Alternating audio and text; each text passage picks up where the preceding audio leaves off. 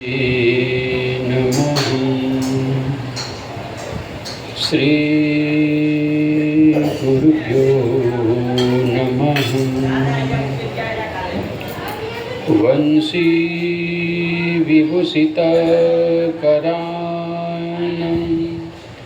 नवनीर्दाभातं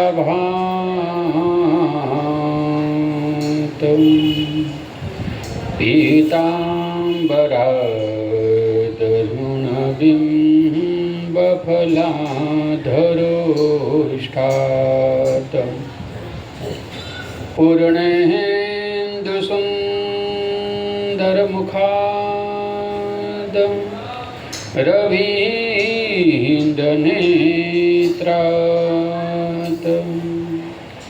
कृष्णात् परं किमपि तत्त्वमहं न जाने।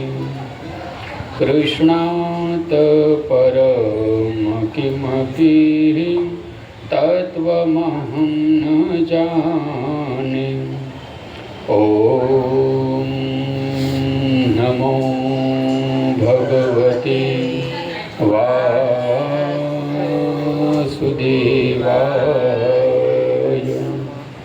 बोलो द्वारकाधीश की जय, सद्गुरुदेव की जय।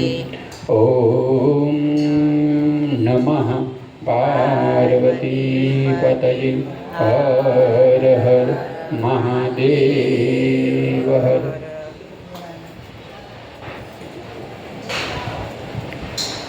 फागण मास कृष्ण पक्षनी कथा। યુધિષ્ઠિરે પૂછ્યું કે હે ભગવાન, આ ફાગણ માસ કૃષ્ણ પક્ષની એકાદશીનું નામ શું છે એ કહો અને એનું માહાત્મ્ય કહો. તો ભગવાન શ્રી કૃષ્ણ કહે છે કે હું આ વિષયમાં એક પાપનાશક ઉપાખ્યાન કહું છું, જેને ચક્રવર્તી નરેશ માધાતાના પૂછવાથી મહર્ષિ લોમસે કહ્યું હતું. માધાતા બોલ્યા કે હું લોકોના ભલાની ઈચ્છાથી આ સાંભળવા માંગુ છું કે ફાગણ માસ કૃષ્ણ પક્ષમાં કયા નામની એકાદશી આવે છે, તેની વિધિ શું છે, તેનાથી કયું ફળ મળે છે. તો લોમસ મુનિ કહે છે, પૂર્વકાળની વાત છે.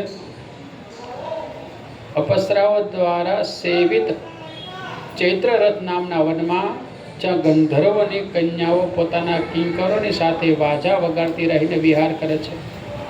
મંજુ ઘોષ નામની અપસરા મુનિવર મેઘાવીને મોહિત કરવાને માટે ગઈ. તે મહર્ષિ એ જ વનમાં રહીને બ્રહ્મચર્યનું પાલન કરતા હતા.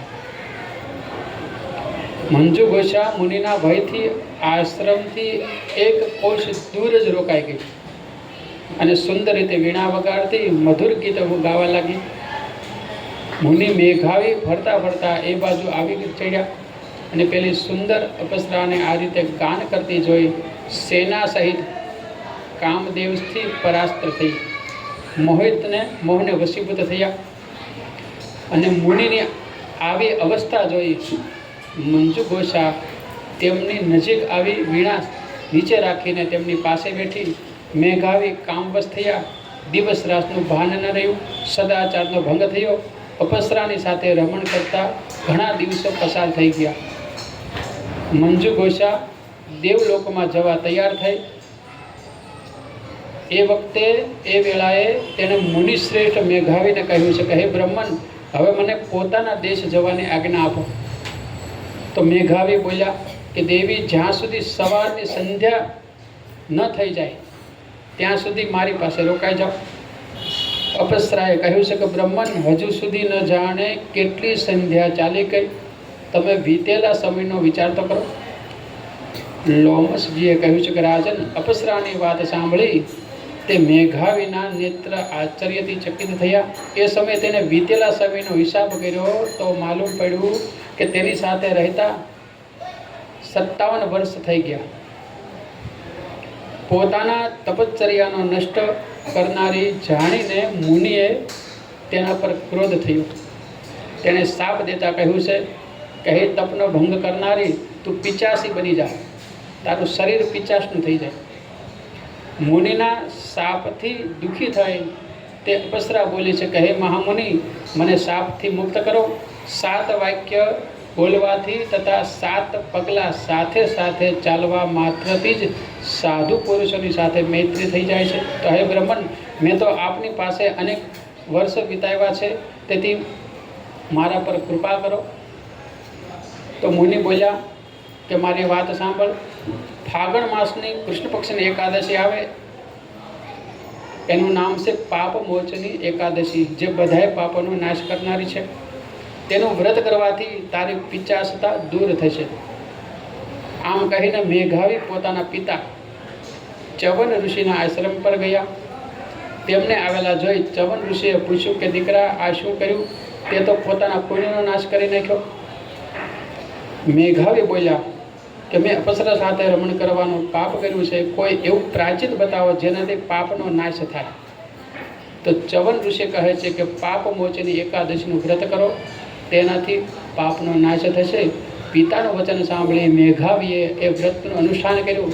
આનાથી તેમનું પાપ નાશ પામ્યું. તેઓ ફરીથી તપશ્ચર્યાથી પરિપૂર્ણ થયા. આ રીતે મંજુ ઘોષાએ પણ આ જ ઉત્તમ વ્રતનું પાલન કર્યું.